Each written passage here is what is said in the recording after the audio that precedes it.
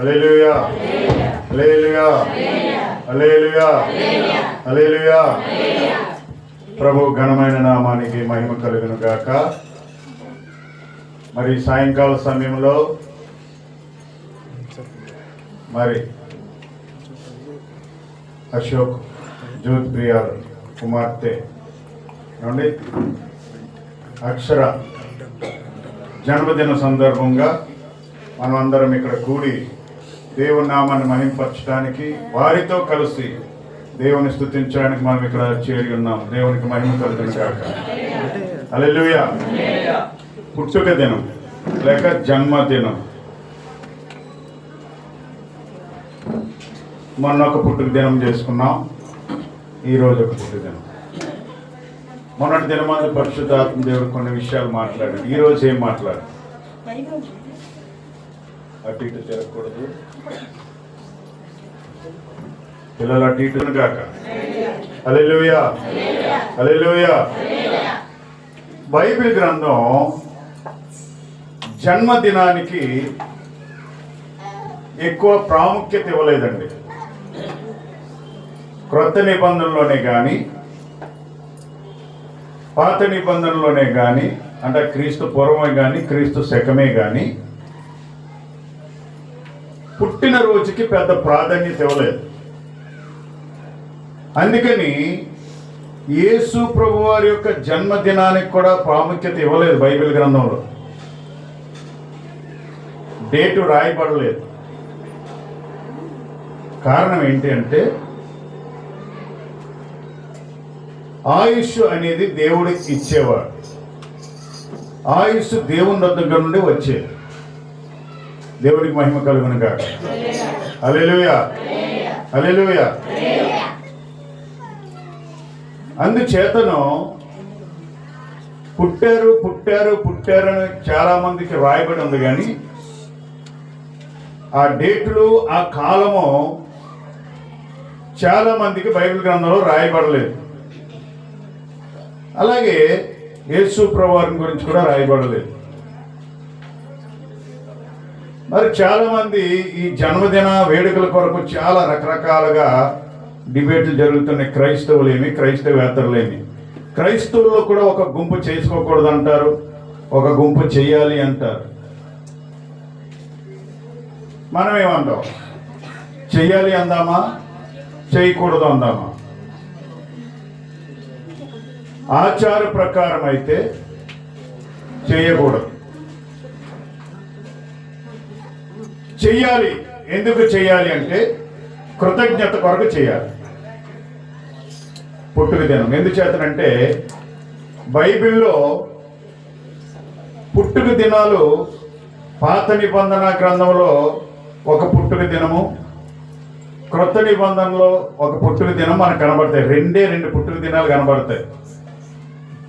ఆ రెండిటిలో కూడా విందు జరిగింది, కానీ ఆ విందు సంతోషానికి ఏమాత్రం కూడా కారణం అవ్వలేదు. దీనిని బట్టి క్రైస్తవుల జన్మదినానికి ఎక్కువ విలువ అంటే విలువనివ్వచ్చు, కానీ ప్రాధాన్యత ఇవ్వకూడదని అనుకోవచ్చు. ఎందుకంటే పాత నిబంధన గ్రంథంలో ఫరో అనే ఒక ఆయన పుట్టినరోజు వచ్చింది. ఆ రోజు ఆయన విందు చేయించాడు. చాలా బాగుంది. ఆ పట్టణంలో లేక దేశంలో ఉన్న వారందరూ కూడా వచ్చారు, చేరారు, ఆనందించారు. కానీ అనంతరము ఒక విషాద సంఘటన జరిగింది. ఒకరికి మేలు, ఒకరికి కీడు జరిగింది. అంటే ఒకరిని తల తీయించేశాడు, ఒకరికి అధికారం ఇచ్చాడు. అంటే లాభ నష్టాలు రెండు కూడా జరిగినాయి. లాభము కంటే నష్టమే ఎక్కువ జరిగింది. ఎందుచేతనంటే తల తీయించిన వారి యొక్క కుటుంబం చాలా వేదన చెందింది. నెంబర్ 1, అది ఓల్డ్ టెస్ట్మెంట్ పాత నిబంధన గ్రంథంలో జరిగినటువంటి సంఘటన. మరి నూతన నిబంధనలో కూడా ఒక సంఘటన జరిగింది. సేమ్ పుట్టినరోజు. హేరోదు అనేవాడు చక్రవర్తి, ఆయన పుట్టినరోజు వచ్చింది. ప్రజలందరినీ పిలిచి విందు చేయించాడు. ఎందుకు ఈ మాటలు చెప్తున్నంటే, క్రైస్తవులైన వారు బైబిల్ గ్రంథం ఎందుకు పుట్టిన దినానికి ప్రాముఖ్యత ఇవ్వలేదు అనే విషయాన్ని చెప్పడానికి. ఏమండి, జన్మదినం జరుగుతూనే ఉంది. రాజుగారు అడిగారు, ఎవరికి ఏం కావాలో ఇచ్చేస్తానన్నాడు. ఆ సమయంలో తన ప్రియమైన కుమార్తె నాట్యం చేసింది. నాట్యానికి రాజే కాకుండా, చక్రవర్తి కాకుండా అక్కడ వారందరూ కూడా ముగ్ధులైపోయారు. అప్పుడు రాజుగారు అడుగుతున్నారు, అమ్మా నీ కోరిక ఏంటి?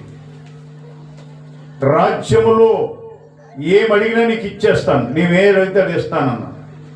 ఈ అమ్మాయికి ఏం కావాలో అర్థం కాల. వెంటనే అమ్మ దగ్గరికి వెళ్ళింది. మమ్మీ డాడీ నాకేమి ఇస్తానంటున్నాడు, ఏం అడగాలి, ఏం చెప్పాలా? ఏదో తమకిష్టమైంది అడగాలి. ఏమందంటే, ప్రవక్త ఉన్నాడు, పాస్టర్ గారు ఉన్నాడు, పాస్టర్ గారు తల అడుగు అన్నది. ఏం గొరుగో చూడండి. వెంటనే అమ్మాయి వెళ్ళి, అయ్యా యోహాన్ అనే పాస్టర్ గారు తల కావాలన్నది. రాజుకి మతిపోయింది, చక్రవర్తికి మతిపోయింది. ఏం చేయాలో అర్థం కాలేదు. అందరూ విందులో ఉన్నారు, మాట ఇచ్చేశాడు, మాట తప్పకూడదు. వెంటనే చెరసాలకు తీసుకువెళ్ళి యోహాను తల నరికించి తీసుకొచ్చాడు. విషాదమా ఆనందమా? విషాదం. అది నూతన నిబంధనలో విషాదం. పాత నిబంధనల విషాదం ఏంటి? ఫరో ఇద్దరు వ్యక్తులు, ఆయన దగ్గర పనిచేసే వ్యక్తులకు ఒక ఆయనకి ఉద్యోగం ఇచ్చాడు, ఒక ఆయన్ని చంపించాడు. మూడవది కూడా ఓల్డ్ టెస్ట్మెంట్, పాత నిబంధనలు ఉంది. యోబు కుమార్తెలు అందరూ కూడా పుట్టినరోజు వేడుక చేసుకుంటున్నారు, విందు చేసుకుంటున్నారు, విందులో పాలు పొందారు. దూత వచ్చి చెప్పింది, నీ కుమారులు వారి చెల్లెల్ని విందుకు ఆహ్వానించారు. వాళ్ళందరూ విందులో పాల్గొంటుండగా పెద్ద సుడిగాలి వచ్చి వారి మీద పడ్డది. నీ 10 మంది కుమారులు కుమార్తెలు చనిపోయారు అన్నారు. ఏం జరిగింది? విషాదం, కీడు.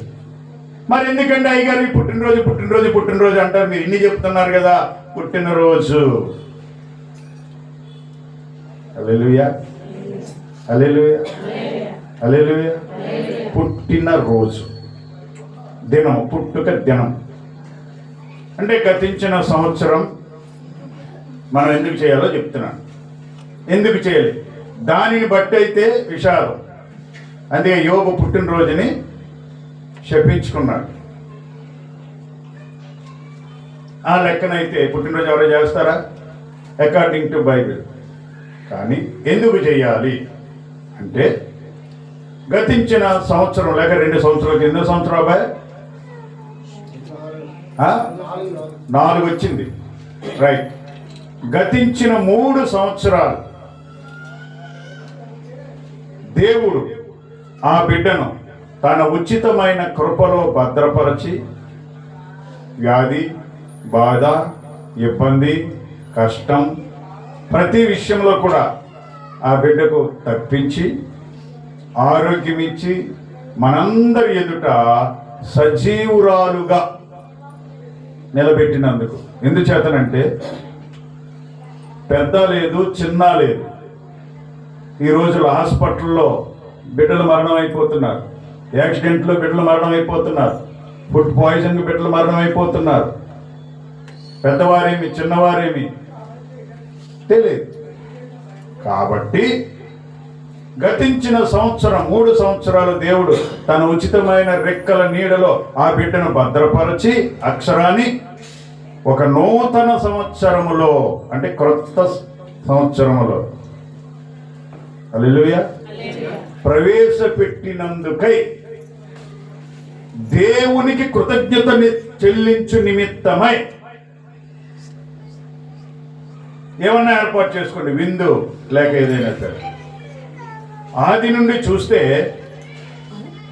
అబ్రహాంకి ఇస్సాకు పుట్టాడు. అబ్రాంకి ఎవరు పుట్టారు? ఇస్సాకు పుట్టాడు. లేక లేక పుట్టాడు. కానీ ఇస్సాకుకి ఎప్పుడు పుట్టినరోజు చేసినట్టు కనబడలేదు. కానీ విందు చేశాడు. ఎప్పుడు తెలుసా? పాలు విడిచిన దినమున విందు చేశాను. అన్నం ముట్టిస్తారంటారు కదా, ఈ రోజుల్లో కూడా అన్నం ముట్టించింది మనము చేస్తాం, మంచిదే. కొంతమంది బైబిల్ పెడతారు, డబ్బులు పెడతారు, బంగారం పెడతారు. అది ఏం పట్టుకుంటారా ఆ రోజే అన్నీ ముందు పెడతారు. అదొక ఆశ తల్లిదండ్రులకు, నా కుమారుడు లేక కుమార్తె ఏది పట్టుకుంటుందని. ఒకసారి ఒకరు ఇలాగే అన్నీ పెట్టారట. బైబిల్ కూడా 10 సార్లు ఎన్ని బైబిల్ పట్టుకున్నారట. బైబిల్ పట్టుకున్నాడట అని మళ్ళీ తీసేశారు. మళ్ళా పెడితే మళ్ళా బైబిలే పట్టుకున్నాడు. మళ్ళా తీసేశారట, మళ్ళా బైబిలే పట్టుకున్నాడు. అలా మతిపోయింది తల్లిదండ్రులు. కానీ ఆ తర్వాత ఆయన మంచి సేవకుడు అయ్యాడు. స్తోత్రం కలుగును గాక. ప్రపంచ ప్రఖ్యాతిగాంచినటువంటి సేవకుడిగా తయారు. Glory to lord. హల్లెలూయా. అందుకని మనం ఏం చేయాలా? దేవుడు ఇచ్చిన ఆయుష్ను బట్టి కృతజ్ఞత చెల్లించాలి. ఆయుష్ అంటే ఇప్పుడు పుట్టినరోజు ఎందుకు చేయకూడదు, ఎందుకు చేయొచ్చు అని అర్థం చెప్తే, ఆలోచిస్తే, ఇప్పుడు అక్షర వయసులో 3 సంవత్సరాలు గతించిపోయాయి, అనగా వయసు తరిగిపోయింది. ఒక మాట చదువుకుందాం, మాట చదువుకొని ముందుకెళ్దాం. పరిశుద్ధ లేఖన భాగం నుండి 90వ కీర్తన 10వ వచనం ఒకసారి చదువుదాం. 90వ కీర్తన 10వ వచనం. మా ఆయుష్కాలము 70 సంవత్సరములు, అధిక బలం ఉన్న ఎడల 80 సంవత్సరములు అగును అన్నాడు భక్తుడు. సరే, అక్షర వయసు 80 సంవత్సరాలు అనుకుందాం. ఈ లేఖనం ప్రకారం 70 పక్కన పెడదాం, 80 అనుకుందాం. 80లో ఎన్ని మైనస్ అయిపోయి? అశోక్ 3 మైనస్ అయిపోయి. ఇంకా ఎన్ని ఉన్నాయి ఆవిడ జీవితంలో? ఎన్ని? 77 ఉన్నాయి. 100 కాదు. అంటే పెరుగుతుందా బిడ్డ, తరుగుతుందా? చాలా మంది పెరుగుతుంది బిడ్డలు ఎదుగుతున్నారు అనుకుంటారు. కాదు, తరుగుతున్నారు. లేఖన ప్రకారం 80 సంవత్సరాల వయసు అనుకున్నాం. ఎన్ని సంవత్సరాలు తరిగిపోయాయి బిడ్డ జీవితంలో? 3 సంవత్సరాలు తరిగిపోయాయి. ఇంకా 77 సంవత్సరాలు ఉన్నాయి. ఈ 77 సంవత్సరాలు జీవిత విధానం ఎలాగ సాగుతుందా అని చెప్పి దేవునికి కృతజ్ఞత చెల్లించాలి. దేవునికి మహిమ కలుగును గాక. అది మా ఆయుష్కాలం 70 సంవత్సరములు. ఒకవేళ అధిక బలం బాగా తిని పుష్టిగా ఉండి పాలు, హార్లిక్స్, బూస్ట్ అంతా తాగితే కొద్దిగా ఏమైనా వాయిస్ పెరుగుతుందేమో ఉద్దేశం. అయినను వాటి వైభవము ఆయాసమే దుఃఖం. అందుకని కీర్తనకారులు అంటే చాలా మంది తమ వయస్సును బట్టి చాలా గర్వపడిపోతుంటారు. నాకేమి గర్వపడిన అవసరంలా. కీర్తనకారుడు దావీదు గారు చూడండి, ఒక మాట అంటాడు. దావీదు ఒక కీర్తన రాస్తున్నాడు, 21వ కీర్తన అనుకుంటాను, 4వ వచనం ఒకసారి చదువుదాం. ఆయుష్ నిమ్మని అతడు నిన్ను వరము అడుగగా. అమ్మా, ఇంతమంది చదివితే నాకు అర్థం అవుతుంది. నీవు దానిని ఆయుష్ నిమ్మని అతడు నిన్ను అడుగగా నీవు దానిని అతనికి అనుగ్రహించి ఉన్నావు. వరం అడిగాడట. మనకు ఆయుష్ పెరగాలంటే దేవుని వరం కావాలి. అయ్యా నాకు బంగారం ఇయ్యి, వరం అడుగుతాం. నాకు ఇల్లు ఇయ్యి, వరం అడుగుతాం. నాకు ఆస్తి ఇయ్యి, వరం అడుగుతాం. నాకు అందమైన భార్య ఇయ్యి. నిన్న ఒక విషయం, ఒక అమ్మాయి భర్త ఎలా ఉండాలంట? అందంగా ఉండాలట. అందంగా ఉండాలి. ఏమో అంత అందంగా ఉండాలంటే మరి బయట నడాలి కదండి అంటుంది. అందంగా ఉండాలి. ఏం కోరుకుంటున్నాం? అందం. బైబిల్ ఏం చెప్తుంది? అందం మోసకరం, సౌందర్యం వ్యర్థం. దీనికోసం లిప్టిక్లు ఇవి ఎన్నెన్నో తయారు చేసుకుంటూ ఉంటాం. మన సబ్జెక్ట్ అది కాదనుకోండి. ఆయుష్. ఆయుష్. భక్తుడు ఏమడుగుతున్నాడు? ఆయుష్ నిమ్మని అతడు నిన్ను అడుగగా నీవు దానిని అనుగ్రహించాలి. దేవుడు నీకు ఆయుష్ అనుగ్రహిస్తేనే, దేవుడు మనకు ఆయుష్ అనుగ్రహిస్తేనే మనం బ్రతుకుతాం, మనం జీవిస్తాం. దేవుడు ఆయుష్ ఇవ్వలేదనుకోండి, నరులారా తిరిగి రండి అన్నాడు అనుకో, వెళ్ళిపోవలసిందే. ఒక ఆయన పిలిచాడు ఒక రాత్రి. చాలా గొప్పవాడు. ఆయన అనుకుంటున్నాడు, నాకు చాలా ఆయుష్ ఉంది, నాకు చాలా ఆస్తి ఉంది, నాకు చాలా సంపద ఉంది, నాకు చాలా అన్నీ ఉన్నాయి అంటూ ప్రాణంతో మాట్లాడుతున్నాడు. నా ప్రాణమా, అనేక సంవత్సరాలు నీకు ఆస్తి సంపాదించాను, మేడలు కట్టాను, మిద్దెలు కట్టాను, పొలాలు కొన్నాను, అన్ని సంపాదించాను. నీ ఇష్టం, ఇక తినో, త్రాగు, సుఖించు అని ఎవరితో చెప్పుకుంటున్నాడు? ప్రాణంతో చెప్పుకుంటున్నాడండి ఈ పెద్ద మనిషి గారు.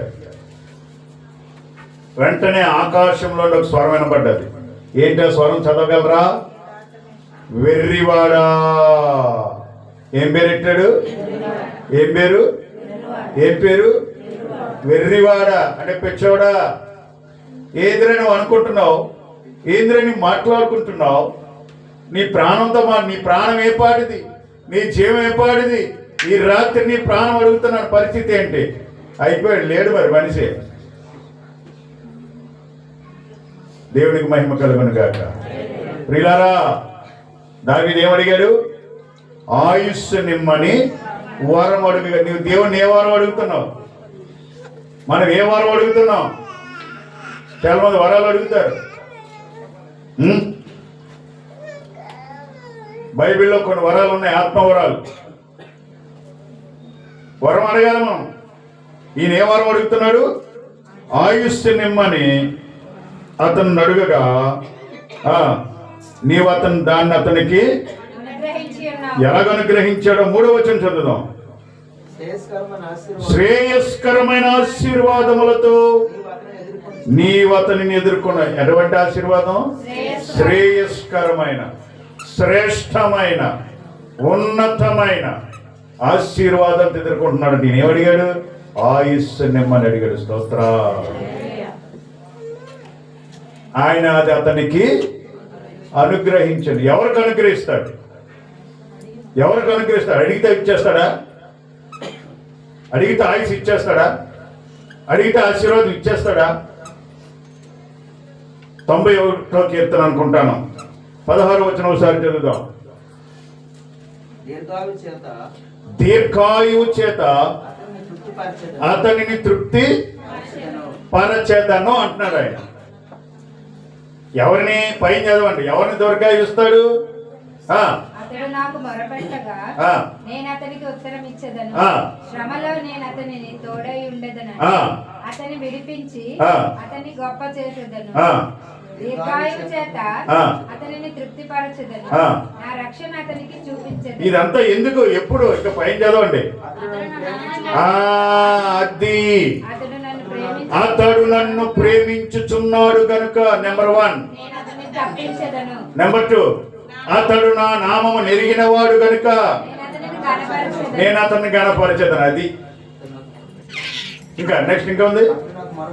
అతడు నాకు మొర్ర పెట్టగా నేను అతనికి ఉత్తరం ఇచ్చేదను. తర్వాత అన్ని ముందేటండి? అతడు నా నామం ఎరిగినవాడు కనుక నేను అతని. ఎవరైతే దేవుని నామాన్ని ఎరుగుతారో, ఎవరైతే యేసు నామాన్ని ఎరుగుతారో, ఎవరైతే యేసుని పూజిస్తారో ఆయన వారిని ఏం చేస్తాడు? ఘనపరుస్తాడు. దావీదు దేవుణ్ణి ఎరిగినవాడు, దావీదు యేసు నామం ఎరిగినవాడు, దావీదు దైవనామం ఎరిగిన వాడు. అడవిలో ఉంటున్నా సరే దేవుని నామాన్ని స్మరిస్తూ పాటలు పాడుతూ దేవుని కృతజ్ఞతాస్తుతులు చెల్లిస్తూ ఉన్నాడు గనుక శత్రువు వచ్చాడు, సింహం వచ్చింది గొర్రెలను చీల్చడానికి. ఇది గొర్రె పిల్లలు చీల్చినట్టు చీల్చేశాడు. తోడేలు వచ్చింది మీదకి, శత్రువు గొర్రె పిల్లలు చీల్చినట్టు చీల్చేశాడు. చిన్నవాడు యవనస్తుడు ఒక్కడే. కారణం ఏంటో తెలుసా? అతడు దేవుని నామము ఎరిగిన వాడు. స్తోత్రం. ఈ రాత్రి నీవు దేవుని నామము ఎరిగి ఉంటే దేవుడు నీకు కూడా మేలు చేస్తాడు, నాకు కూడా మేలు చేస్తాడు. అతడు నా నామం ఎరిగిన వాడు గనుక నేను అతనిని ఘనపరచెదనా. అతడు నన్ను ఎవరిని ప్రేమించాలి? నా భార్యను నేను చాలా ప్రేమిస్తున్నానండి, నా భర్తను నేను చాలా ప్రేమిస్తున్నానండి, నా పిల్లల్ని నేను చాలా ప్రేమిస్తున్నానండి. యోబు తన పిల్లలను చాలా ప్రేమించాడు, వారి కొరకు ప్రార్థన చేస్తూ ఉండేవాడు. కానీ బిడ్డలు తొలగిపోయారు. అబ్రహాం ఇస్సాకుని చాలా ప్రేమించాడు, కానీ దేవుడు అడిగాడు, నీ ఒక్కడైనా నీ కుమారుని తీసుకొచ్చి బలిచ్చేయమన్నాడు. యెఫ్తా తన కుమార్తెను చాలా ప్రేమించాడు, కానీ నాకు ఎదురుగుండా వచ్చింది, నీకు బలిస్తానన్నాడు. తను ప్రేమించిన కుమార్తె ఎదురుగుండా వచ్చింది. మనం ఎవరిని ప్రేమిస్తున్నాం? ఎవరిని ప్రేమిస్తున్నాం? వాక్యం చెప్తుంది, అతడు నన్ను ప్రేమించుచున్నాడు గనుక. అది ఎక్కడ నుండి తప్పిస్తాడు? శ్రమలో నుండి, కష్టములో నుండి, సంకటములో నుండి, సమాధిలో నుండి. హల్లెలూయా. అందుకని 103వ కీర్తన రాస్తాడు ఆయన, నా ప్రాణమా యెహోవాను సన్నిధించు, నా అంతరంగమున సమస్తమా ఆయన పరిశుద్ధ నామమును సన్నిధించు. నా ప్రాణమా యెహోవాను సన్నిధించు, ఆయన చేసిన ఉపకారాలలో దేనిని మరువకు. ఏంటది? ఏ ఉపకారం చేశాడు ఆయన? ఆయన నీ దోషములన్నింటినీ క్షమి. ఎవరితో చెప్పుకుంటున్నాడు? ప్రాణంతో చెప్పుకుంటున్నాడు. ఇందాక కూడా ప్రాణంతో చెప్పుకున్నాడు. ఏమని? తినమన్నాడు, త్రాగమన్నాడు, సుఖించమన్నాడు. ఈయన ఏం చెప్తున్నాడు? నా ప్రాణమా దేవుని సన్నిధించు, నా ప్రాణమా దేవుని గణపరచు, నా ప్రాణమా దేవుని ఆరాధించు. ఎందుకని? ఆయన నీ దోషములన్నిటినీ క్షమించాడు, నీ సంకటాలు అనగా రోగాలు కుదిర్చాడు, సమాధిలో నుండి అనగా చచ్చిన స్థితిలో నుండి నిన్ను లేవనెత్తాడు. కరుణ కటాక్షం నీకు తలపై కిరీటంగా ఉంచాడు. నీ యవ్వనం అనగా దినదినము నీ వయసు తరిగిపోతున్నా సరే ముసలోడు అవ్వకుండా యవనస్తుల్లాగా, యవనస్తురాల్లాగా నువ్వు తయారవుతున్నావు. అటువంటి కృప దేవుడు నీకు ఇచ్చాడు. కాబట్టి నా ప్రాణమా. హల్లెలూయా. మోషే గురించి ద్వితీయోపదేశకాండంలో చెప్పబడింది. ఏం చెప్పబడిందంటే, మోషే 120 సంవత్సరాల వయసు వచ్చిన సత్తువ తగ్గలేదు. అతనికి సత్తువ తగ్గలేదట. చూడండి,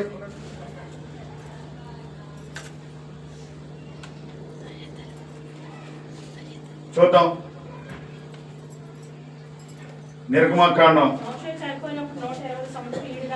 మోషే చనిపోయినప్పుడు 120 సంవత్సరాల వయసు గలవాడు. అతనికి దృష్టి మాందవ్యం లేదు, అతనికి సత్తువ తగ్గలేదు. వై?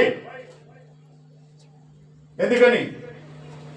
అతను మనిషే కదా, ఆయన మానవుడే కదా, ఆయన ఆహారమే తింటున్నాడు కదా, ఆయన మంటిలో నుండే పుట్టాడు కదా, తల్లి గర్భంలో నుండి ఉద్భవించాడు కదా, ఆయన శరీరం మన్నే కదా, ఆయన తిండి అందరూ తింటున్నారు కదా.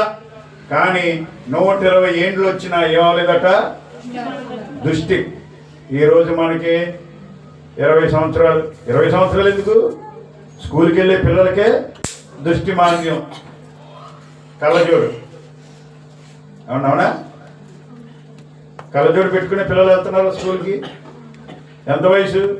6 సంవత్సరాలు, 7 సంవత్సరాలు, 8 సంవత్సరాలు. దృష్టి మాంద్యం, కాళ్ళు పీకులు, ఒళ్ళు పీకులు, షుగర్, బీపీ చిన్నపిల్లలుగా వస్తున్నాయి. కానీ మోషే కంట 120 సంవత్సరాలు వచ్చినా సరే దృష్టి మాంద్యం లేదట, సత్తువ కూడా తగ్గలేదట. దేవునికి మహిమ కలుగును గాక. ఎందుచేత? అతడు దేవుణ్ణి ప్రేమించిన వాడు. దేవుడు అతని కొరకు సాక్ష్యం ఏం చెప్తున్నాడు తెలుసా? మోషే నా ఇల్లంతటిలో నమ్మకమైన వాడు. అది ప్రియమైన సంగమా, ప్రియమైన స్నేహితులారా, పుట్టినరోజు చేయించుకుంటున్న బిడ్డ తల్లిదండ్రులారా, పరిశుద్ధాత్మ దేవుడు రాత్రి మాట్లాడుతున్నట్టు మాట. దేవుని ప్రేమిస్తే, దేవునికి లోబడితే, దేవుని ఇంట్లో నమ్మకంగా ఉంటే, వా మోసేకి సత్తువు తగ్గలేదు, దృష్టి మాంద్యం లేదు. నీ కుటుంబంలో, నీ వ్యక్తిగత జీవితంలో అదే ఆశీర్వాదం. దావీదు ఏమంటున్నాడు? శ్రేయస్కరమైన ఆశీర్వాదములతో అతన్ని ఎదుర్కొన్నావు. శ్రేయస్కరమైన ఆశీర్వాదం, శ్రేష్టమైనది, విలువైనది ఆశీర్వాదం కావాలంటే ఏం చేయాలి? మనం దేవునిని ప్రేమించాలి, దేవుని నామాన్ని ఎరిగి ఉండాలి, దేవుని నామాన్ని ఘనపరచాలి. అతడు నాకు మొర్ర పెట్టగా నేను అతని కొత్త జవాబు దొరికితే దేవుని దగ్గర నుండి ఆన్సర్. లేకపోతే నీవు ఆయనకి ఇష్టడుగా లేకపోతే, నీవు ఆయనకి ఇష్టరాలుగా లేకపోతే, నీవు ఆయన ప్రేమించకపోతే, నువ్వు ఎంత తపస్సు చేసినా ప్రార్థన చేసినా నీకు ఫలితము రాదు. స్తోత్రం కలుగును గాక. జీవిస్తావు.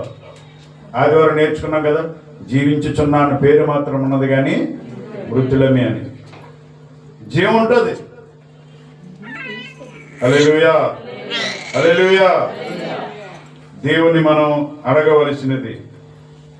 కీర్తనకారుడు అడుగుతున్నాడు, ఆయుస్సు అడుగుతున్నాడు. దేవునికి మహిమ కలుగును గాక. హల్లెలూయా. ఇంకో చోట ఏమంటున్నాడో చూడండి. 119 కీర్తన 77 వచనంలో కూడా ఏం మాట్లాడుతున్నాడో చూద్దాం.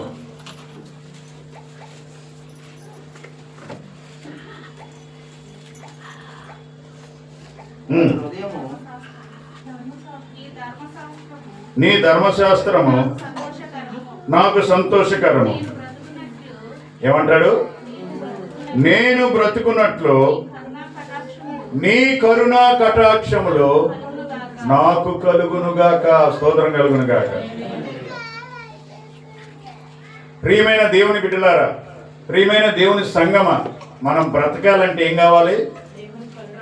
దేవుని కరుణ కటాక్షం మన మీద ఉంటేనే మనం బ్రతుకుతామండి. అయ్యగారులు, అమ్మగారులు, నీ అంతట్లో బ్రతకలేవు. ఏం బుల్లిబాబు, నా డబ్బులో నేను అంటే బ్రతకలేవు.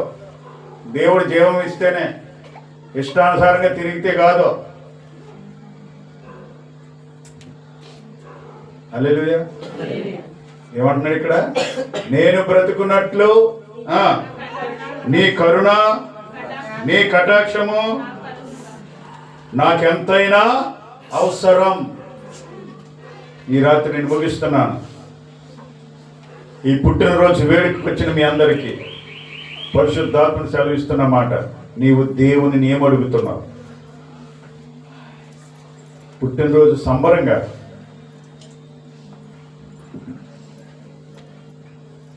అతడు ఆయుస్సు నిమ్మని వరం అడుగగా నీవు అతనికి దానిని అనుగ్రహించి ఉన్నావు. ఎందుకు అనుగ్రహించాడు? దీర్ఘాయువుని ఇచ్చాడు. ఎందుకు ఇచ్చాడు? అతడు దేవుని ప్రేమించాడు గనుక, అతడు దేవుని నామం ఎరిగిన వాడు గనుక, అతడు దేవుని సన్నిధిలో ప్రార్థన చేస్తున్నాడు గనుక. హల్లెలూయా, హల్లెలూయా, హల్లెలూయా. ఈ రాత్రి నువ్వేం చేస్తున్నావు? ఏదో అక్షర పుట్టినరోజుకి వచ్చాం, చాలా సంతోషం, మంచిదే. కానీ దేవునికి మనం ఏం చేయాలండి? కృతజ్ఞత కలిగి ఉండాలి. జ్యోతిప్రియ డబ్బులు లేవు, ఎందుకు చేద్దాం? పప్పలు అడగలేదు దేవుడు, భోజనాలు అడగలేదు దేవుడు, కృతజ్ఞత అడిగాడు. చాలు. ప్రార్థన ఎంత ముఖ్యం, ప్రార్థన ఎంత అవసరం. ఈ పప్పలు తింటే అయిపోతాయి, పప్పలు తిని మర్చిపోతారు. మళ్ళీ రేపు అశోక్ సమోసాలు ఇచ్చాడు, కేక్ పెట్టాడు ఎవరు అనరు. కేకు సమస్త వదిలిపెట్టేశాడు, కనీసం పువ్వన్నా పెట్టాడు కాదంటారు మనుషులు. అలాగ అంటారు. నీకుందో లేదో చూడరు. మమ్మల్ని ఊరు నుండి పిలిచాడు, కనీసం బిర్యానీ అన్ని పెట్టాడు కాదంటాడు బుల్లిబాబు.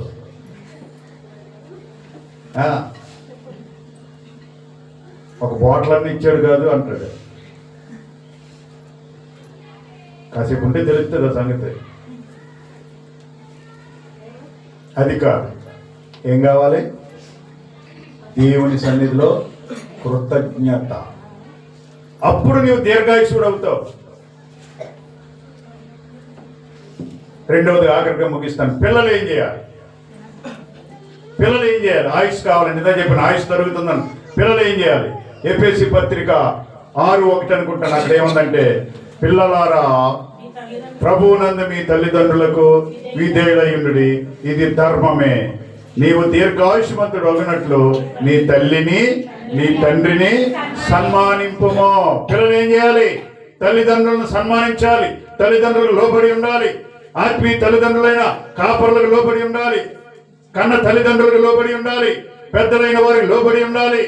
అప్పుడు నువ్వేమవుతావు? దీర్ఘాయుష్మంతుడు అవుతావు. ఆయుష్ నిమ్మని అడగడం కాదు. పెద్దలు ఏం చేయాలా? దేవునికి కృతజ్ఞత కలిగి ఉండాలి. బిడ్డలు ఏం చేయాలా? తల్లిదండ్రులకు విధేయులై ఉండాలి. సన్మానించాలి. తల్లిదండ్రుల మాట వినకుండా ఉంటే కాదు. సామెతల గ్రంథం ఏం కడుతున్నాడో తెలుసా? ప్రసంగి, తల్లి మాట విననొల్లని వాని కన్నులు లోయకాకులు పీకును అని ఉంది. కళ్ళు పీకెత్తాయట లోయకాకులు. ఎవరికి? పిల్లలకి. దీర్ఘాయుష్వంతులు అవ్వాలంటే ఏం చేయాలా? పెద్దలను గౌరవించాలి. తల్లిదండ్రులకు లోబడి ఉండాలి. విధేయులై ఉండాలి. పెద్దలు ఏం చేయాలి?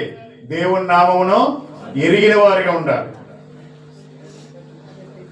దేవునిని ప్రేమించేవారుగా ఉండాలి.